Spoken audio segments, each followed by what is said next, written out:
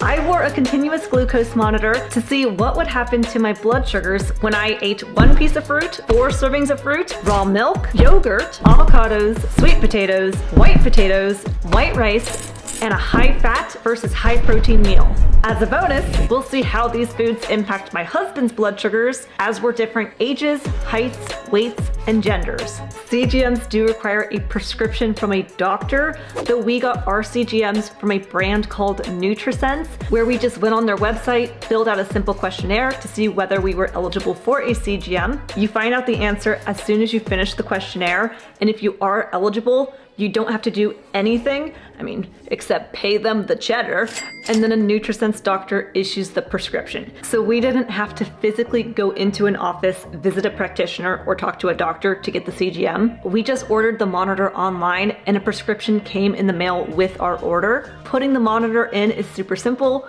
We just used an alcohol wipe to clean the back of our arm where we were going to put the sensor, peeled the CGM sensor wrapper off, took the bottom of the applicator off, connected the 2 pieces using a hard surface. You can see there's a little needle in there, and hey, I'm a total baby when it comes to needles, so I had my husband put my CGM in for me. Now I actually promise it doesn't hurt at all. I did this a couple years ago and I was freaking out about putting it in. I was so nervous, I was sweating, I was making my blood sugars rise. Actually back then, one of the highest peaks I had when wearing that CGM was when I had first put the CGM in, because stress can make our blood sugars rise. And the reality was I worked myself up in my mind so much, because when I actually then got the cojones to put in the CGM, it didn't hurt at all. So this time around, I was way more cool, calm, and collected when I put it in. I asked you guys on Instagram which foods would you like to see me test on the CGM, and I was most shocked to see the overwhelming request for an avocado, and I had to ask myself, why would people think that an avocado would spike blood sugars? And then I was like, oh, Lils, you've got to explain fiber and your poop. When we eat food, whether that be a donut, an apple, or ground beef, anytime we eat, our body absorbs what it can absorb from the food. It sucks up the protein, uptakes the vitamins and minerals, uses the fats and carbs, and whatever is left over comes out into our body. Whatever wasn't digested and absorbed comes out as waste, poop. Now, fiber is completely indigestible by the human system. Not a single human on the planet digests fiber. If you eat fiber, it will come out in the potty. Which is why for people who eat a lot of fiber, who have a lot of fiber in their diet, their booties be looking like McDonald's chocolate soft serve ice cream machine that just keeps coming out.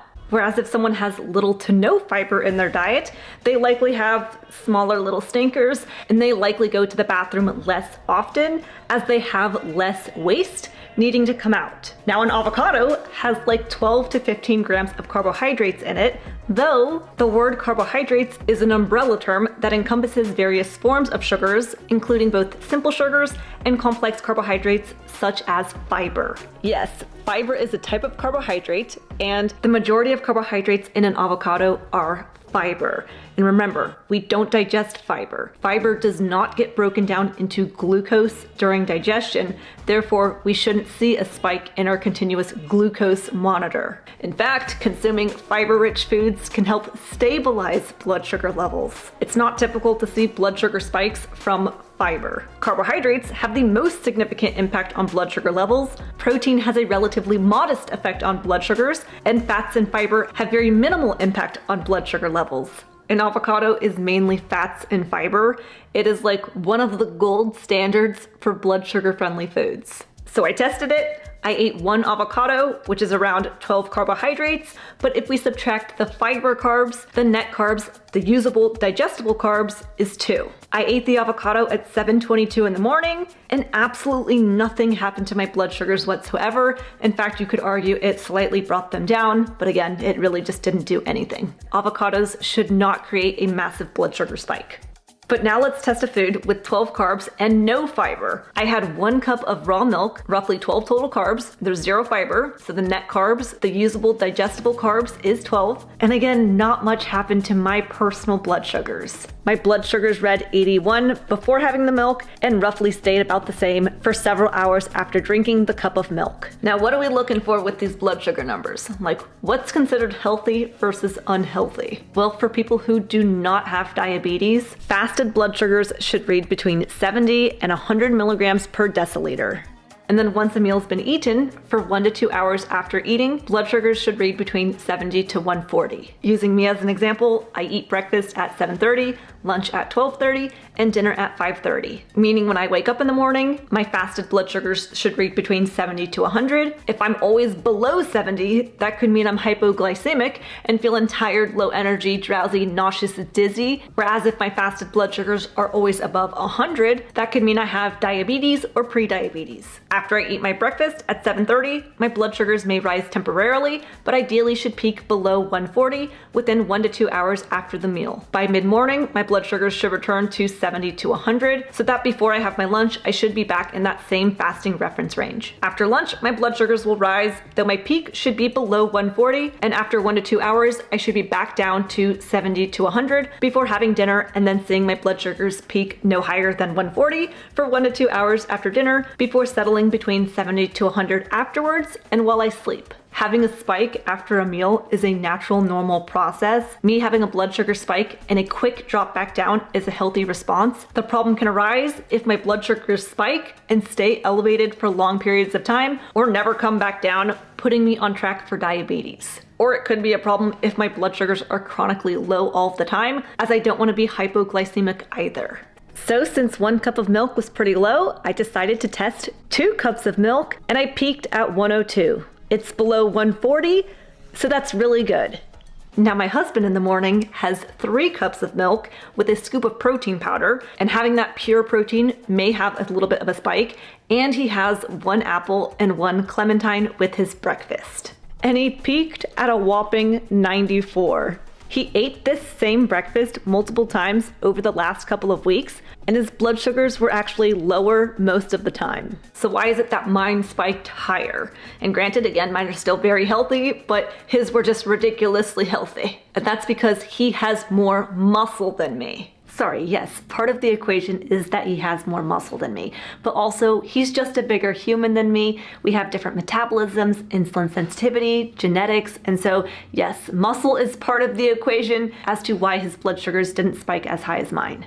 So when he has more carbohydrates that are broken down into glucose, the glucose goes into his muscles, whereas for me, I have less muscle, so the glucose circulates in my blood a little bit longer. More muscle, more carbohydrates efficiently used in the body as glucose going into those muscles. If you have less muscle mass and consume large amounts of carbohydrates, the excess glucose can remain in the bloodstream and create elevated blood sugars. And when we have too much sugar in the blood circulating all the time, this can lead to diabetes. Also, I'll be posting my husband's blood work in the next video, which was pretty eye-opening, so stay tuned for that. But now let's test sweet potatoes. And again, sweet potatoes have carbohydrates, but they also have a good amount of fiber in them. And then I actually didn't think it would be very helpful for me to show what just a bowl of potatoes looks like, because realistically, I'm definitely not sitting down just eating like a bowl of potatoes or a bowl of rice. Most people, when they have potatoes or rice, they pair it with some sort of protein or fat or other food. And so we had sweet potatoes and ground beef. Now me just eating ground beef by itself, my blood sugars will go to about 84. Again, makes sense, it's mostly just proteins and fats. And then me having ground beef and sweet potatoes, I peaked at 98. Again, this is very healthy. If I were to wake up fasted in the morning and get a 98, I'd be happy. Now this was the most surprising thing to me. When Bryce had beef and sweet potatoes, he spiked to 115. Again, that's not very high at all, very healthy. However, when we gave him the same meal of beef and sweet potatoes with a cup of milk, he peaked at 97, less than my 98 without milk. This is super strange, but over the last couple of weeks, we've seen that milk helps blunt my husband's blood sugar response. Whether he has milk first thing in the morning, 3 cups, or if he has it with lunch, if he has it in his coffee in the afternoon. How he makes his coffee is it's coffee, 1 tablespoon of honey, and 1.5 cups of milk. Yeah, so it turns out he doesn't have a big enough coffee mug, so he just pours a little bit in and takes sips and then pours more milk in to reach that 1.5 cups of milk. I had no idea. Yep, that's what I do. or if he has milk at night with his yogurt and fruit, it's been pretty consistent that if he has milk with the meals, he actually stabilizes his blood sugars more than if he eats the meals without milk. I don't know if this man was a farmer in one of his past lives, but I do not have that same blood sugar response. Nor will most people. I do not think that having milk would likely blunt the blood sugar response of many people. In fact, I think it would do the opposite. And this is where you would have to test it for yourself. Then I experimented with a high fat versus high protein meal. For the high fat meal, I made it ketogenic. So 80% of the calories were coming from fat. I had 3 ounces of 80/20 ground beef paired with 1 tablespoon olive oil, 1 tablespoon butter, and half an avocado. Sure enough, my blood sugars didn't really spike at all. This makes a lot of sense, as fats should not cause huge blood sugar spikes. Though protein should have a modest spike. Again, nothing like carbohydrates, but slightly higher than fats.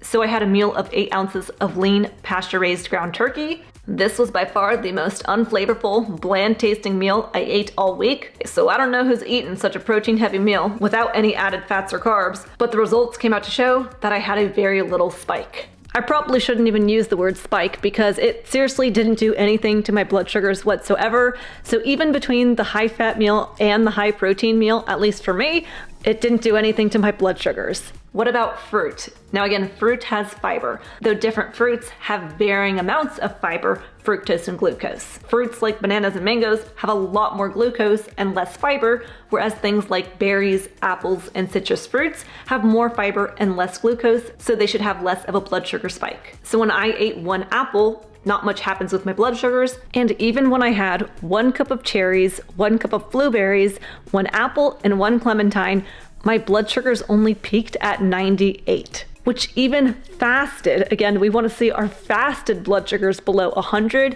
so having a 98 after eating all of this fruit is really good. Though I will add, while my blood sugars were totally fine, my stomach hurt and I slept like total garbage. Now, I would never sit down and eat like 4 servings of fruit in one sitting because, well, it just seems kind of unnecessary nor enjoyable for me to sit down and eat all of that in one sitting. Hey, but nonetheless, I tested it out for science. More realistically, what my form of dessert is, I'll have 1 serving of fruit and a cup of yogurt. We always stand when we have dessert for some reason. It just seems appropriate to stand. And we've been sitting on our booties all day. This kind of dessert does very little in terms of spiking our blood sugars. Now with white potatoes, something that was interesting is after I finished working out, I had white potatoes with ground beef, liver, and an avocado for lunch, and my blood sugars went to maybe 90. I mean, I ate the meal at 12:15. So normally the mealtime spike would be 1 to 2 hours after eating, and the 90 bump came at like 3 p.m. So I really can't even say it was from lunch, as being at 90 would just be a normal blood sugar response for me to have throughout the day. However, when I had white potatoes with avocados and chicken for dinner, my blood sugars went to 105. So having that 15-point spread for me would be considered a lot. And I think that part of that would be, yes, there's less fat with the chicken in comparison to the beef. So some of that fat could have helped blunt that blood sugar response, but also the meal timing and the fact that I didn't just work out before dinner was probably another reason why my blood sugars were a little bit more elevated with the potatoes, avocado, and chicken. The food that spiked both my husband and my blood sugar the highest would have been white rice. White rice is very high in carbohydrates and very low in fiber, so it's pretty much pure glucose. My blood sugars peaked at 131 and rice peaked at 120. We did test the rice multiple times and we were always lower than these numbers.